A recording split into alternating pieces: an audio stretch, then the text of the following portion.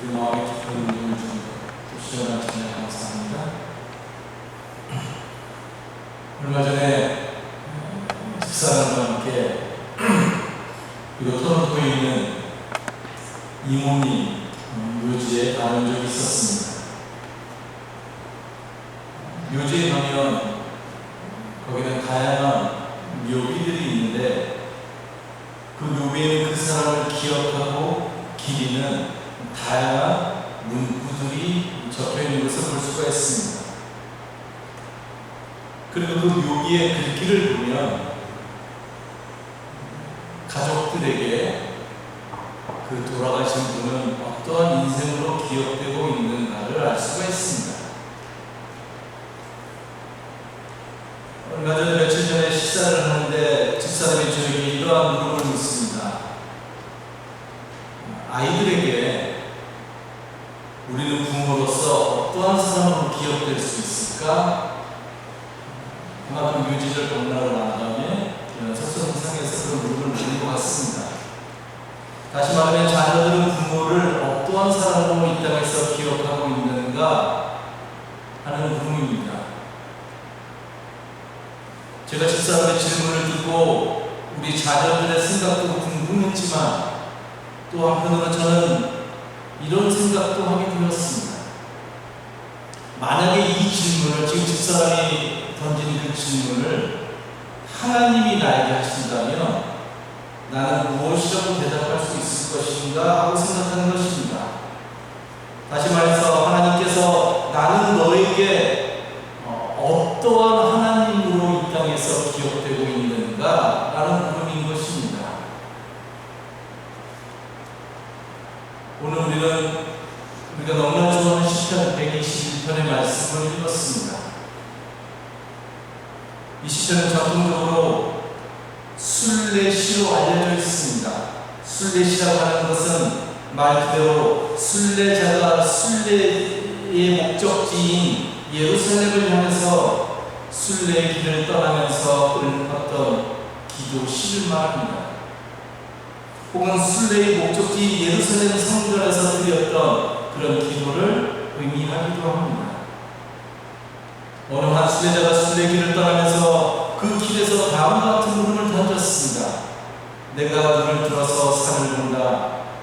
내 도움이 어디에서 오는가? 라고 말했죠. 그러면서 자신의 물음에 자신이 이렇게 대답을 합니다. 내 도움은 하늘과 땅을 만드신 주님에게서 온다 라고 말이죠. 여러분, 그가 눈을 들어서 이 땅에서 먼 산을 바라보고 있다는 말입니다. 그런데 그가 산을 보고 있지만 실제로는 산을 보고 있는 것이 아니라 산 넘어서 날마다 삶 속에서 역사하시는 하나님을 바라보고 있는 것이죠. 순례자인 그의 시각이 궁극적으로 어디를 향하고 있는가 하는 것이 중요합니다. 여러분, 우리가 이 세상을 살아갈 때에 우리의 시각이 일상에서 무엇을 향하고 있는지가 중요하다는 말입니다. 순례길을 걸어가는 그가 두 눈으로 바라보는 것은 바로 하늘과 땅을 만드신 하나님, 즉 자신을 가장 귀하고 소중하게 만드신 창조주 하나님이었다는 말입니다. 그러면서 그는 순례길을 통해서 과연 어떠한 하나님을 경험하고 있을까요? 오늘 말씀 3절에서 8절까지가 그가 경험한 하나님을 구체적으로 우리에게 보여주고 있습니다. 시편 121편을 지은 지은이가 이 땅에서 어떠한 하나님을 경험하고 있는가 하는 것을 지금 우리가 기다려 들었으면 좋겠습니다. 첫째로 그는 우리가 발을 헛디디지 않게 지켜주시는 하나님을 고백하고 있습니다. 순례자가 순례길을 간다는 것은 쉬운 일이 아닙니다. 순례자는 순례 목적지를 향해서 몇 날 며칠을 걸어야 합니다. 순례길은 평지도 있지만 때로는 물을 건너야 되고 산을 넘어야 하기도 합니다. 그래서 그 순례길에서 순례자는 몸이 극도로 지칠 수밖에 없는 것이지요. 그때 걷다가 발을 헛디디게 되면 여간 위험한 일이 아닙니다. 발을 헛디디면 더 이상 앞으로 나아갈 수 없고, 그렇게 되면 안타깝게도 중간에서 순례의 길을 멈춰야 하기 때문에 그러합니다. 그때 이 순례자가 이렇게 고백합니다. 하나님께서 그의 곁에서 그의 발걸음을 지켜주셨다라고 고백하고 있습니다. 발을 헛디디지 않도록 하나님께서 도와주셨다라고 고백합니다. 여러분, 아이들이 태어나고 저쪽에 하얀이가 있는데 이제 쟤도 조금 있으면 이제 막 걷겠죠. 그 아이들이 자라서 막 걷기를 시작할 때 아직은 걷는 것이 서툴러서 뒤뚱뒤뚱하고 또 마음이 앞서기 때문에 금방 중심을 잡지 못하고 넘어지는 것을 우리가 보게 됩니다. 여러분, 그때 그 아이의 부모는 무엇을 하고 있는지 아십니까? 뒤뚱거리는 그 아이에게서 눈을 절대로 떼지 못합니다. 행여아이가 넘어져서 그게 다치지는 않을까 염려하면서 아이에게서 눈을 한순간도 떼지 못하는 것이지요. 팔을 내밀어서 아이를 붙잡을 준비를 하고 부모는 그 아이 곁에 늘 있게 되는 것입니다.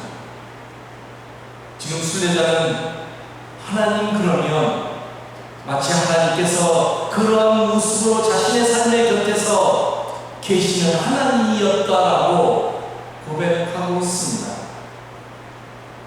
그러면서 하나님을 어떻게 묘사하고 있는가 하면 아주 재미있는 표현이 나오는데, 하나님은 우리를 지켜주시기 때문에 지켜주시느라 졸지도 그리고 주무시지도 않으신다라고 말하고 있습니다. 하나님은 졸지도 주무시지도 않는, 언제나 깨어있으면서 그래서 우리의 발걸음을 지키시는 하나님이라고 이 시인은 고백하고 있습니다. 둘째로 우리가 고백하는 하나님은 그늘이 되어주시는 하나님이었다는 말입니다. 하나님은 그의 오른편에 서서 그늘이 되어주셨다는 겁니다. 하나님께서 우리의 우편에 서서 그늘이 되어주신다고 성경이 말할 때 우리는 이 순례자가 나타내고자 하는 그 느낌을 완전하게 안타깝지만 가질 수는 없습니다. 왜냐하면 이 순례자의 삶의 자리와 오늘 우리가 살아가는 삶의 자리가 너무나 다르기 때문에 합니다. 여기서 나오는 이 그늘이라고 하는 이 단어를 이해하려면, 제대로 하려면 우리는 순례자들이 걸어가야 했던 광야의 길을 이해해야 합니다. 그런데 아쉽게도 우리가 살아가는 이 토론토, 이곳에는 지형적으로 광야의 길이 없습니다. 순례자들이 예루살렘을 향해서 걸어갈 때 반드시 경험하게 되는 곳이 바로 유대의 광야입니다. 예수님께서 사탄에게 시험을 받으신 장소가 바로 그 유대 광야였습니다. 광활하고 척박하고 거친 광야, 한마디로 광야는 메마른 땅입니다. 쳐다만 봐도 내리쬐는 태양 때문에 숨이 확 막혀버리는 그러한 곳이 바로 광야라는 말입니다.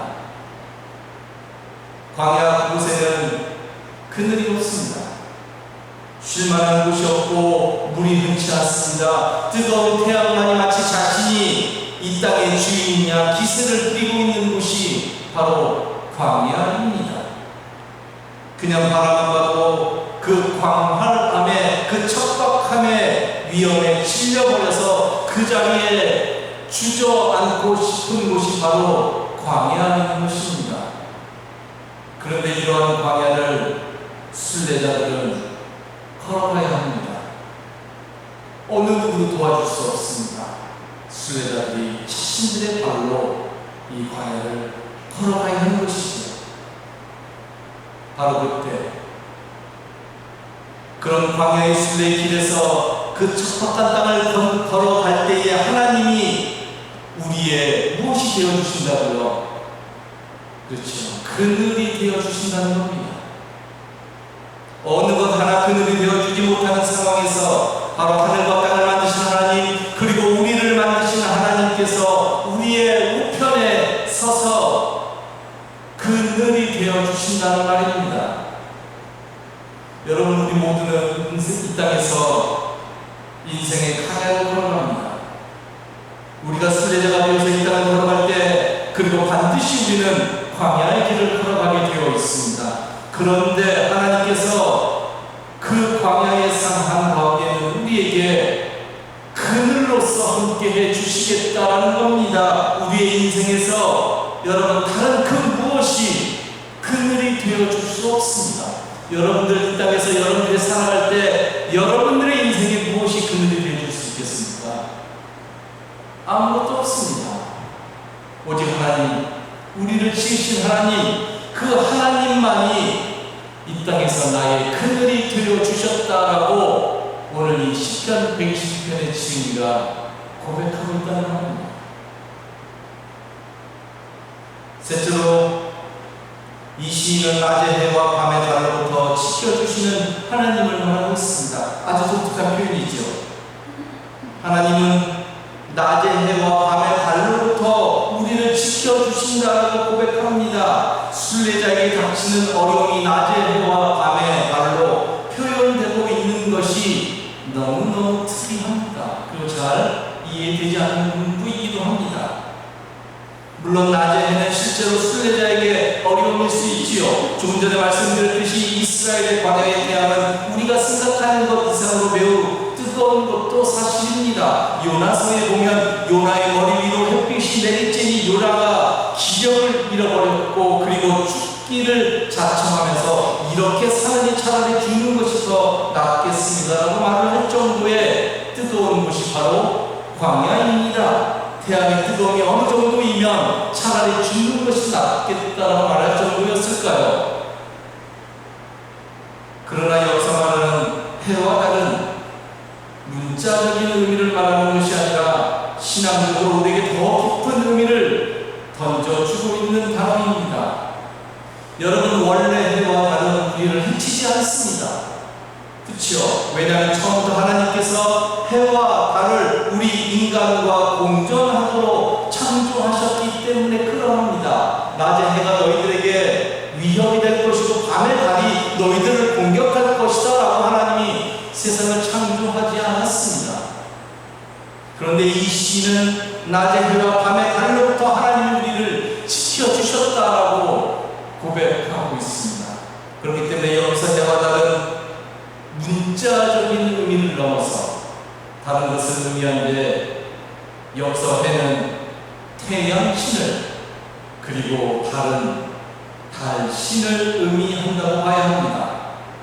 태양신, 이것은 이집트의 대표적인 신이었고요. 그 당시 이집트가 숭배했던 것이 태양신이었고, 달신은 고대 메소포타미아의 아시리아가 숭배했던 신을 상징적으로 보여주는 겁니다. 이 둘은 고대 근동지방의 강대국으로서 언제나 이스라엘을 괴롭혔던 대표적인 나라들이었죠. 여러분들이 알다시피 역사적으로 이스라엘은 이집트의 노예였고, 그리고 남북으로 나뉜 이스라엘은 북이스라엘은 아시리아의 멸망을 당하기도 했습니다. 언제나 이집트와 남쪽에 그리고 북쪽에 아시리아에 의해서 이스라엘은 늘 어려움을 당해야 했던 민족이었다는 말입니다. 더군다나 그 당시에 이 강대국들이 서로 사이좋게 지내는 것이 아니라 언제나 패권을 장악하기 위해서 전쟁을 하고는 했습니다. 이 둘이 싸우려면 반드시 이집트와 아시리아 중간에 있는 이스라엘을 거쳐가야만 했지요. 남쪽의 이집트가 북쪽으로 올라가든지 아니면 반대로 북쪽에 있는 아시리아가 남쪽으로 내려오려면 반드시 그 중간에 있는 이 조그마한 팔레스틴, 이스라엘을 지나가야만 했습니다. 이처럼 이스라엘은 지정학적으로 대단히 중요한 위치에 있었습니다. 즉 이스라엘을 누가 차지하느냐에 따라서 그 당시 전쟁의 승패가 달려있다는 말입니다. 고대 군국지방의 패권은 누가 이스라엘을 장악하느냐에 달려있었다는 말입니다. 그래서 이스라엘은 언제나 이들 강대국 사이에서 상대적으로 약자였기 때문에 늘 불안하고 고단한 삶을 살 수밖에 없었습니다. 마치 중국과 일본에 시달려야 했던 우리 민족의 모습을 보는 것 같지요. 언제 어디서 어떤 일이 일어날지 모르는 그런 비참한 삶의 연속이었습니다. 그렇기 때문에 그런 상황에 처한 이스라엘 백성들은 더욱더 자신들의 하나님 그 야훼 하나님을 철저하게 의지하고 믿을 수밖에 없었다는 것입니다. 그런데 오늘 시간에 이 시인이 뭐라고 고백을 하고 있습니까?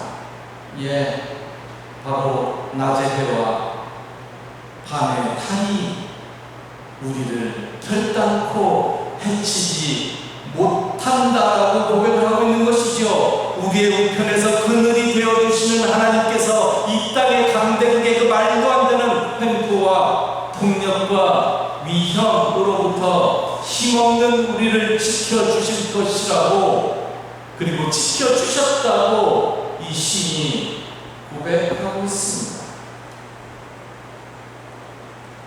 사랑하는 여러분, 우리도 이 땅에서 순례자로 살아가고 모두 다 부름을 받았습니다. 순례자라고 하는 것은 우리의 삶의 중심이 언제나 하나님만을 향하고 있다는 것을 말하는 겁니다. 그래서 하나님을 향해서 나아가는 인생, 우리는 그들을 가르쳐서 순례자라고 부르는 것이지요. 반드시 어디를 향해서 가는 지정학적인 의미로서의 순례자가 아니라 내 인생의 중심이 어디를 향하고 있는가, 나의 두 눈이 이 땅에서 무엇을 궁극적으로 바라보고 있는가, 이것이 바로 순례자들의 삶의 모습이라는 말입니다.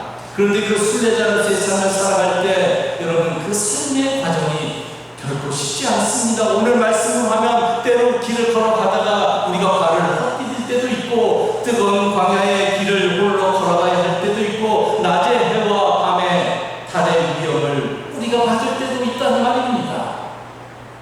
여러분들 지금까지 여러분들 인생을 한번 살펴보십시오. 수도 없었던 그 많은 어려운 일들,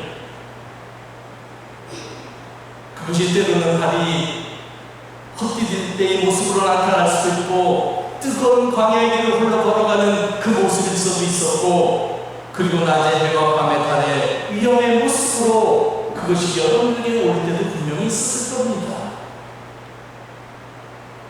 즉 순례의 길에서 우리가 생각하지 못하는 온갖 어려움을 만나게 된다는 말입니다. 어느 누구도 예외 없습니다. 그런데 이 시인이 그러한 순례의 길의 한가운데서 어떠한 하나님을 고백하고 있느냐면, 그런데 하나님이 나를 지키셨다는 겁니다. 여러분, 여기서 이 시인이 고백하고 있는 하나님이 우리를 그러한 순간에 지켜주신다라고 하는 이 말을 여러분, 우리가 잘 이해하는 거예요. 많은 사람들이 이 부분을 우리가 하나님을 잘 믿으면 온갖 어려움으로부터 벗어날 수 있다라고 믿으려고 합니다. 그런데 현실은 그렇지 않습니다. 우리가 하나님을 아무리 잘 믿어도 이 땅의 어려움은 우리를 비껴가지 않는다는 말입니다. 그렇기 때문에 여기서 하나님이 우리를 지키신다는 것은 여러분, 문자적인 의미가 아닙니다. 성경 전반에 걸쳐서 하나님이 우리를 지키신다는 것은 나를 위협으로부터 지키신다는 것이 아니라, 그래서 내가 이 땅에서 살면서 병에 걸리지도 않고 자동차 사고도 당하지 않게 된다는 말이 아니라, 하나님이 지키신다는 것은 하나님이 나를 만드셨기 때문에 하나님이 절대로 나를 포기하지 않으시고, 그리고 그런 신앙의 의미라는 말입니다. 여러분, 하나님이 나와 끝까지 함께 하셔서 내가 걸어가는 이 순례의 길을 하나님께서 결국에는 완성해 나갈 것이라는 말이지요. 여러분, 시편 121편 제일 마지막에 이 시인이 이렇게 고백하고 그의 시를 끝내고 있습니다. 주께서는 내가 나갈 때나 들어올 때나 이제부터 영원까지 지켜주실 것이다 라고 말이지요. 여러분, 여기서 아주 결정적으로 우리가 잊어서는 안 되는 중요한 단어가 나오는데, 하나님께서 나의 출입을, 내가 나가고 들어가는 나의 출입을 이제부터 언제까지 지켜주신다라고 고백하고 있는가 하면 이제부터 죽을 때까지가 아닙니다. 이제부터 내가 이 땅에서 숨을 거두는 순간까지 하나님이 지키신다가 아니라, 이 시인이 뭐라고 하냐면 이제부터 하나님이 나를 언제까지? 영원까지 지키신다는 겁니다. 여기서 이제 아멘을 하셔야 되는 겁니다. 여기서 여러분, 인생 7, 80년 사는 이것으로 인해서 하나님을 평가하지 않았으면 좋겠습니다. 하나님이 여러분들을 영원까지 책임지시겠다는 것이지요. 이것이 바로 그가 경험한 하나님의 모습인 것이지요. 하나님은 이제부터 우리를 영원까지 책임지시겠다고 말하고 있는 겁니다. 이것이 바로 하나님이 우리를 지키신다는 성경의 진정한 의미이고, 우리는 바로 이 사실을 믿는 것이지요. 이것을 사도 바울의 그 유명한 고백으로 표현하면, 죽음도 삶도 천사들도 권세자들도 현재일도 장래일도 능력도 높음도 기쁨도 그 밖에 어떠한 피조물도 우리 주 예수 그리스도 안에 있는 하나님의 사랑에서 끊을 수 없다라는 것을 우리가 믿는 겁니다. 하나님의 그 영원한 사랑, 나를 만들었기 때문에 내가 지금까지 영원까지 너를 사랑할 수밖에 없다라고 하는 이 하나님의 완벽한 사랑에서 끊어놓을 수 있는 것이 없다라는 겁니다. 여러분, 우리는 크던 작던 다양한 어려움을 가지고 이 세상을 살아갑니다. 그러나 중요한 것은 여러분, 그것으로 인해서 여러분들의 순례의 길을 포기할 수는 없다는 사실입니다. 왜냐하면 우리를 영원까지 책임지실, 우리를 영원까지 사랑하실 하나님이 임마누엘 되셔서 우리와 함께하기 때문입니다. 그리고 우리와 더불어서 지금 이 순간도 한 발 한 발 순례의 길을 함께 걸어가시는 하나님이시지요. 그렇다면 여러분, 제가 오늘 여러분에게 묻고 싶은 건 이겁니다. 그 순례의 길에서 오늘 여러분은 어떠한 하나님을 경험하고 계십니까? 여러분, 오늘 여러분들이 다윗과 같은 시인이 되셔서 오늘 또 다른 시편 121편을 쓴다면 그 시편 121편의 내용은 무엇입니까? 도대체 여러분들의 인생을 통해서 경험되는 그 하나님은 이거였노라고 그 시편 안에 여러분은 어떠한 하나님을 고백하시고 그리고 어떠한 하나님을 그려놓을 수 있겠습니까? 우리를 넘어지지 않게 지켜주셨던 하나님의 모습이었습니까? 아니면 그늘이 되어주시는 하나님이었습니까? 아니면 낮에 해와 밤에 달로부터 지켜주셨던 하나님이셨습니까? 여러분들의 언어는 무엇입니까? 이게 오늘 시편 120편에 보는 우리에게 묻고 있는 궁극적인 물음이죠. 이 땅에서 우리의 삶이 나만의 시편 121편을 아름답게 완성해가는 그런 순례자의 삶이 되기를 다시 한번 간절히 기도하겠습니다. 기도합시다.